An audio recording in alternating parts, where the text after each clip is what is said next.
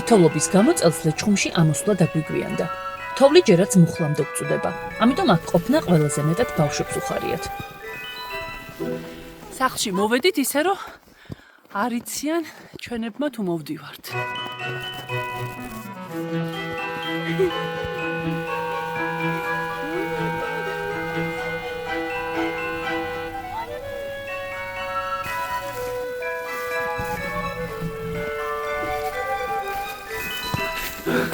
ეს რო ჩამოვარდეს.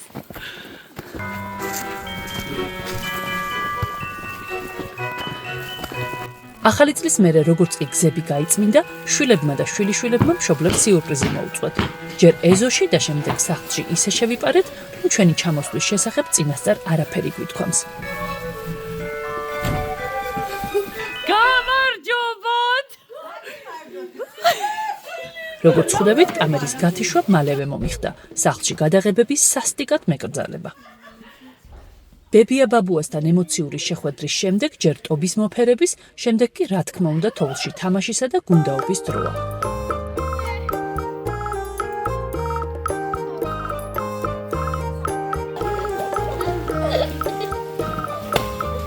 ბავშვების ჩამოსვლამ ჩვენი ბებერი ტობიც ძალიან გაამხიარულა. მათთან ერთად ისიც ეზოში დარბის და თამაშობს.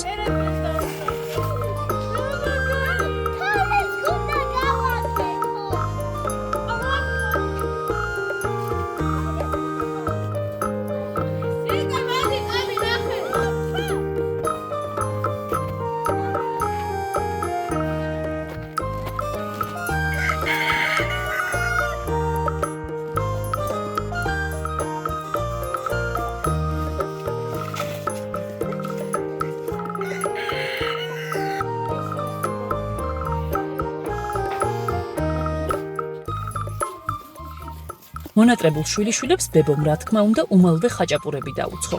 თოვლში გაყინულებს ცხელი ხაჭაპური გაათბობთ.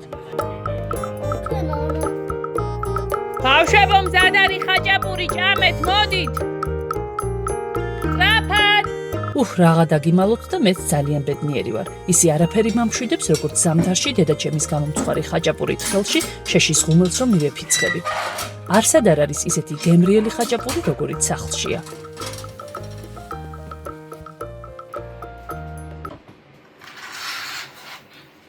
დილით სანამ მშობლები ღუმელს დაანთებენ, სახლშიც ძალიან ცივა. ამიტომ მეც და ბავშვებსაც ღამით რამდენიმე საბანი გვაფარია. 1 2 3 რამდენი რაღაც გვაფარია ხალხო.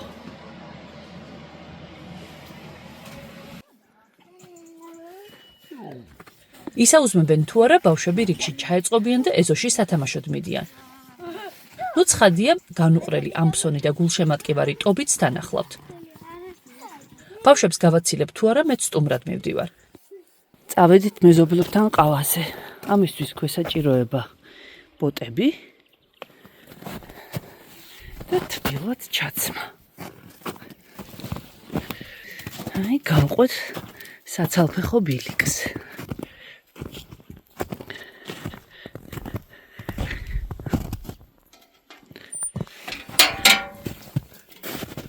ასეთ ამინდში.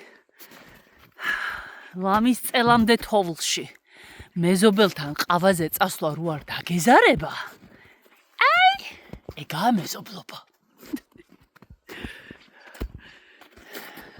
მე და ჩემისთანა მოცლილი.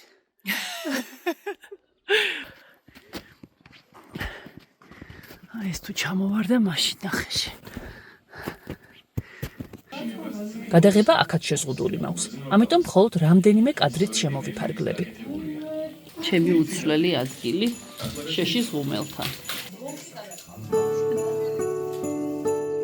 აი ასე ლამაზად მოჩანს ნისლში გახვეული მთები ჩემი ეზოდან. დღეს ყავაზე მეორე მეზობელთან ვარ გადასასვლელი. შემთხვევით რომელიმე მათგანს რომ არ ვაწყენინო.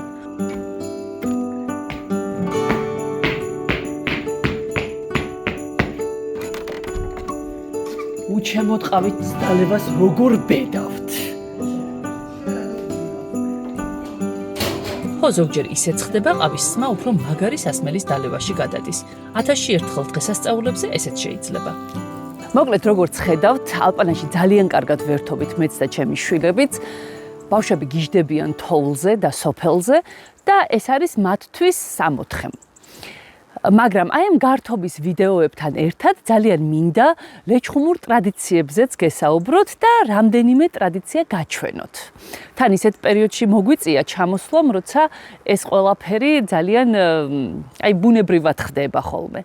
იმის მიუხედავად, რომ თავს ვდებთ ქრისტიანობაზე და რა თქმა უნდა ყველანი მართლმადიდებლები ვართ, საკმაოდ დიდი დოზით ჩვენში რაღაც წარმართულიც არის და აგიხსნით რას გულისხმობ. ლეჩხუმურ ტრადიციებში აი ამ ქრისტიანულ წესჩვეულებებთან ერთად ისე არის შერწყმული ეს წარმართული დეტალები და ისე არის შეზრდილი, რომ ხანდახან გგონია, რომ ეს არის ჩვენი რელიგია, ჩვენი რწმენა, ეს არის მართლმადიდებლობა.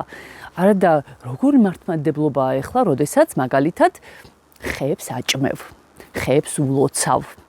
ან თავდაპირველად ვიდრე შენ დაჯდები სუფრასთან, მანამდე ჭანტილას მიართმევ ჩიტებს. ან ფეხს დაიწნი თუნდაც. ან ვაშლში რაღაც რკინის ფულს ჩაარჭობ და გგონია რომ იმ წელს აი ამ რკინასავით მაგრად და კარგად იქნებით. მოკლედ ძალიან ბევრი, ძალიან საინტერესო ტრადიცია, რომელიც მინდა რომ გაჩვენოთ.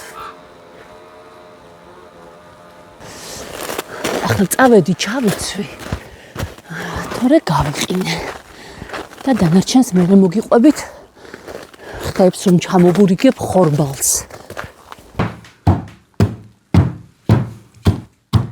არა რა, როდინში დანაყილ ნიგოს აბსოლუტურად სხვა გემო აქვს.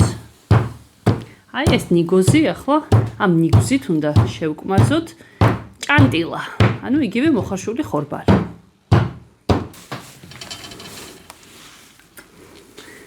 აი ეს არის ჭანტილა, რომელიც მთელი დღის განმავლობაში დგას ღუმელზე, იხარშება და საღამოს შევანელებთ ნიგზით, ხახვით და რაღაც სხვადასხვა მარილით და ასე შემდეგ. ნუ ზოგი ამას აკეთებს თაფლსა და ქიშმიშში, თუმცა ჩვენა ესეთი ნიგზიანი და მარილიანი უფრო გვიყვარს. ახლა რას ვაკეთებ მე და რა არის ეს? ეს არის ჭანტილა. ანუ მოხარშული და ნიგზით, მარილით და ხახვით შეკმაზული საჭმელი. ოღონდ ეს ყველაფერი ხდება შობის წინა დღეს. იხარშება ჭანტილა მთელი დღის მანძილზე, ცეცხლზე და საღამოს ჯერ ეს ყველაფერი უნდა მივიტანოთ ხეებთან, ვაზთან და მათ მივულოცოთ ახალი წლის დადგომა, ვთხოვოთ მოსავლიანი წელი და შემდეგ შეგვიძლია დავსხდეთ ოჯახის სუფრასთან და მივირთვათ ეს ჩვენი ჭანტილა. ოჯახის ერთ-ერთი წევრი იღებს ჭანტილის რაღაც ულუფას და ჩამოივლის ხეებს ვაზს და მიულოცავს მას ახალი წლის დადგომას. და როდესაც ამ ყველაფერს მოვათავსებდით ხის ტოტზე და მეორე დღეს რა თქმა უნდა ის აღარ გვხვდებოდა, ძალიან გვიხაროდა და ვთვლიდით რომ ხეებმა მიირთვეს ეს. სინამდვილეში რა თქმა უნდა ჩიტებმა აკენკეს და გარკვეულწილად ჩიტებსაც ვაჭმევდით ამას, მაგრამ ასე ბჯეროდა. წავედით.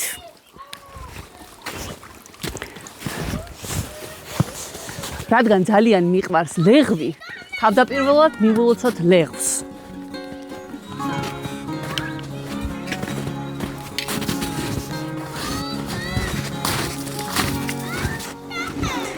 ეს არ შეიმჩნიოთ 4 ზომით დიდი ფეხსაცმელი მაცვია, ჩემს დიშულს მოუპარე, რადგან ჩემები დასოლდა. აი? თანახმოდან. პატივცემულო ლეღვის ხეო. იმედია წელს ძალიან მსხმოიარე იქნება. მერტო ვინმე არ დამინახოს. ახლა მივულოცოთ ვაზებს.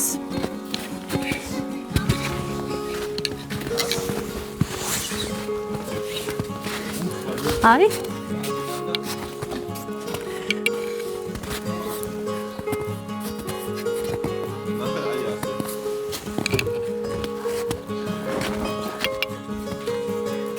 ვასაც ვთხოვოთ, რომ წელს იყოს მსხმოიარე. და ვაჭამოთ ჭანტილა. ვაშლება რა დაგვიშავა? არაფერი.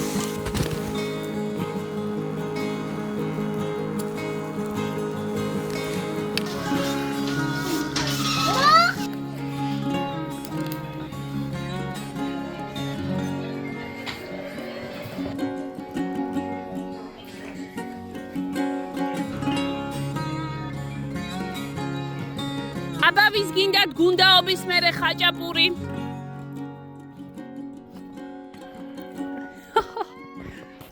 სანდრო, აწიე თავი, სანდრო.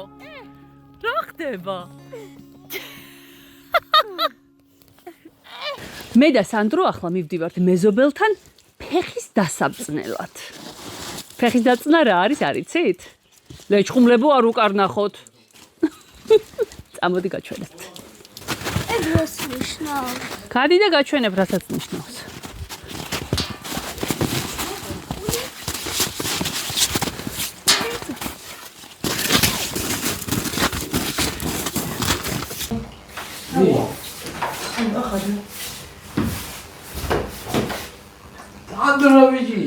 მე და სანდრო გადმოვედით ჩვენს მეზობელთან და ვაპირებთ ფეხის დაბწნას. ფეხის დაბწნა ეს არის ლეჩხუმური ტრადიცია, რომელიც 14 იანვარს თითქმის ყველა ოჯახში ხდება. ახლა გაჩვენებთ, რას ნიშნავს ეს ფეხის დაბწნა. სანდრო ცოტა შეშინებულია, რადგან გონია რომ რაღაცა ფეხებს ჩაუწნიან ასე. თუმცა საქმე გაცილებით რთულადაა. მოდი. პირველ რიგში ვამზადებთ პატარა საახალწლო სუფრას, ანუ ძირითადი საახალწლო სუფრიდან თეფშით ვიღებთ ტკბილეულს, დანარჩენს პროცედურებს მოგახსენებთ. ჩვენი ტკბილი მაგიდა და ხო გაინტერესებს რა არის ფეხის დაბწნა. და ნახოთ, აბა დაგიბწნი შენ მე ფეხს და როგორი ხელის ვიქნები, აბა და როგორი წელიწადი გიქნება ჩემო სანდრო.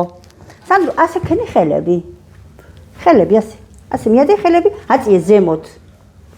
ემასე, ასე წინ წამოწიე, მიადევი ასე და ვიწყებთ ფეხის დაბწნას. დაადე ფეხი ამაზე და რკინასავით მაგარი ბიჭი ყოფილიყო. ახლა ხელები ასე გააკეთე და დავიწყოთ, აიღე ახლა ფეხი, დავდგოთ ეგ რვა შეგვიშალოს ხელი და დავიწყოთ ხელის დაბწნა. ასე, უფრო წამოწიე წინ, რვა დაგესვაროს. მოდი აბა დავასხათ ეს, აცე. აი ჯამთელობა, დღეგრძელობა, დიდი ხნის სიცოცხლე. აგი დავაყაროთ ჩაქარი ასე ტკბილად დამიბერდი და ეგ ასე ქენი პირში. შეჭამე მიდი.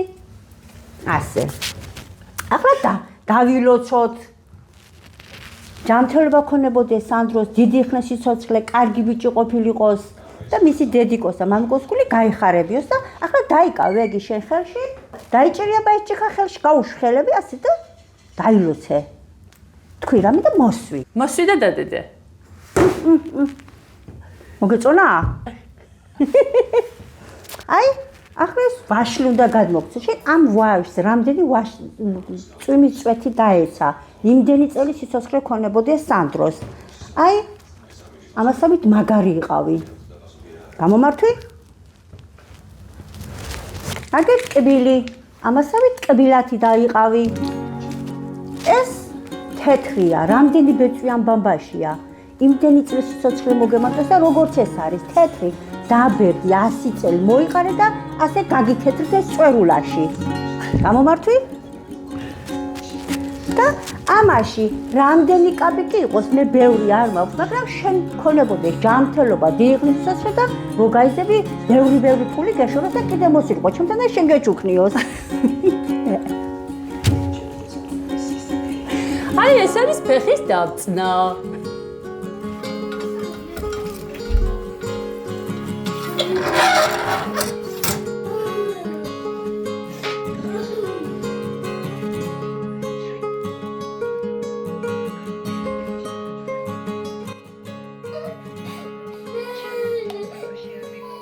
დედაჩემი დღეს ქადებს გვიცხობს. ამ ნამცხვარს ჩემი ბავშვობის და ახალი წლის სუნი აქვს. ღუმელთან ჩამომჯდარი თვალს ვადევნებ, როგორ მზადდება ქადები. რამდენიმე წუთიც და მთელს ოთახში ახლად გამომცხვარი ქადის სურნელი დატრიალდება. ახლა უნდა წავიდე და ჩემი გაყინული ბავშვები ცხელი ქადის საჭმელად სახლში შემოვათრიო. ბავშვებო, მოდით ჭამეთ!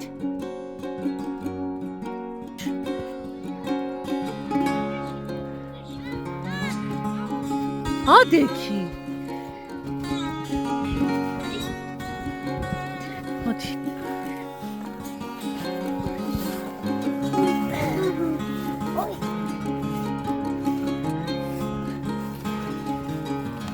სამი პატარა თავი, სამი ქადა და მობილური ადგილზეა. ანუ ყველაფერი გენიალურადაა. ზუსტად ვიცი, რომ ზუსტად 9 საათში ისევ თოვლში სათამაშოდ გაცვივდებიან და ასე ყოველდღე. უпростоრად სანამ საშობაო არდადეგები არ დასრულდება. ვერ მოიფიქრეთ სახში დაბრუნება? რა იყო გოგო მაგარი ხო ხედავ რომელი საათია? ღამეა. სად იყავით ამდენ ხანს? ეს დღეც დადგა. ორკვირიანი დასვენების შემდეგ ვემშვიდობებით საყვარელ ლეჩხუმს და ვემზადებით თბილისში დასაბრუნებლად. არ მეთმობა ლამაზი მთები, ჩემი ეზო, სახლი და ღუმელთან გატარებული მშვიდი დღეები. ალბათ გაზაფხულამდე აღარ დავბრუნდებით.